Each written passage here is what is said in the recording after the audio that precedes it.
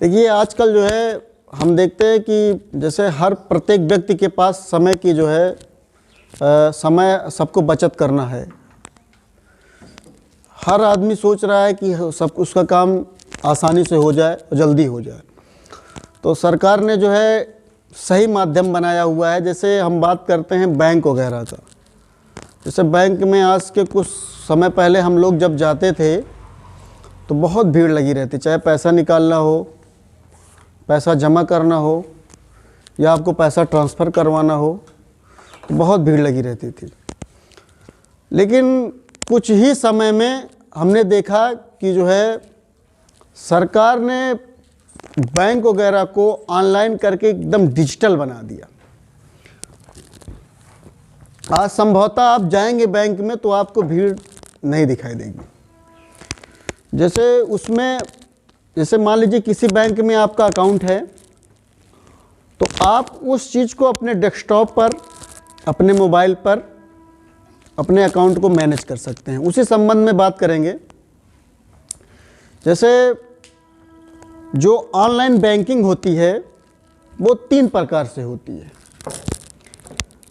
Number 1 आपका जो होता है वो नेट बैंकिंग होता है, और 2 नंबर पर आपका मोबाइल बैंकिंग है, और 3 नंबर पर आपका यूपीआई है।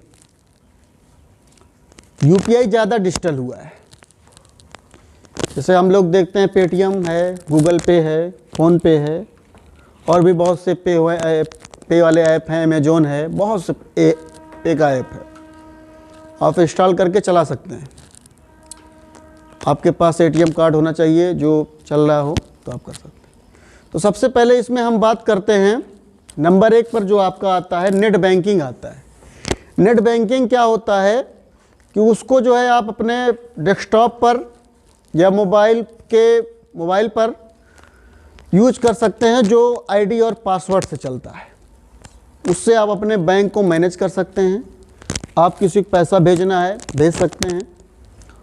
ये एक बहुत ही अच्छा सिस्टम है सरकार का, लेकिन इसमें कुछ कमियां भी हैं।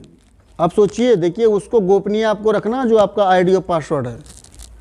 पता लगे आप किसी साइबर कैफे गए, आप यूज कर रहे हैं और भूल करके वहाँ चले आए,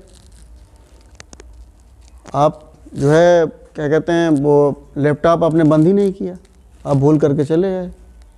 हो सकता है आपके साथ जालसाजी का उपयोग हो गया हो सकता है कि आपके जाने के बाद कोई आदमी बैठता है, देखता है कि आप जो है आईडी पासवर्ड जो है लगा चले आए हैं, और लॉगिन करके पैसा ट्रांसफ़र कर सकता है। तो इसको भी ध्यान देना है आपको। और दूसरी चीज़ होती है मोबाइल बैंकिंग।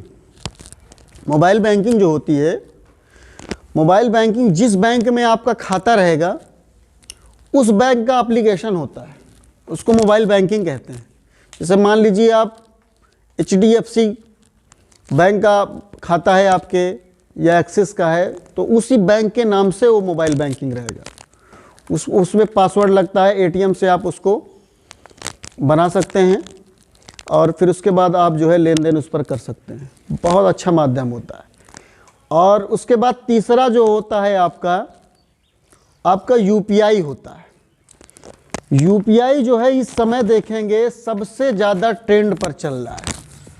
यूपीआई का जो फुल फॉर्म होता है यूनिफाइड पेमेंट इंटरफेस होता है, जिसको जो है NPCI national payment corporation of India के द्वारा इसकी शुरुआत हुई थी।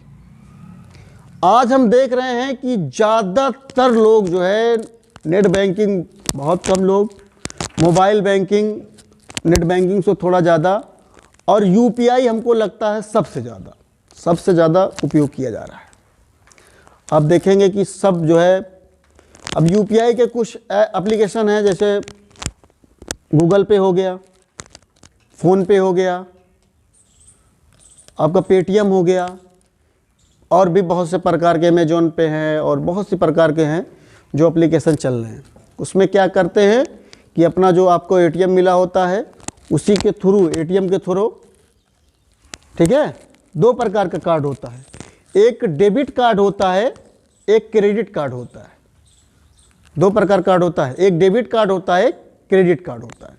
तो जो डेबिट कार्ड होता है उसमें आपका पैसा जो बैंक के खाते में रहता है वही पैसा आप कर सकते हैं उपयोग, और क्रेडिट कार्ड जो होता है जो बैंक आपको ऋण दे करके, ऋण जान है ना, लोन दे करके एक कार्ड आपको देती है, उसे क्रेडिट कार्ड बोलते हैं, जिसका उपयोग आप जो है जितने पैसे को बना रहता है उतने पैसे का आप कर सकते हैं। उसके बाद उसके डेट होती है, टाइम होता है, उसमें आप उसको फिल कर सकते हैं, भर सकते हैं। तो यहाँ बात किया जा रहा है यूपीआई का। तो यूपीआई जो है इस टाइम देखते हैं कि सबसे ज़्यादा जो है ट्रेंड पर है, सबसे ज़्यादा चल रहा है, जो कि 365 दिन, बैंक तो संडे को बंद हो रही है, जो भी कार्य दिवस है और कार्य दिवस में केवल खुली रहती है, जो भी छुट्टियां हैं बैंक को निर्धारित उस दिन में वो बंद रहता है। लेकिन जो आपका यूपीआई होता है, नेट बैंकिंग होता है, मोबाइल बैंकिंग होता है, ये 365 दिन चलता रहता है।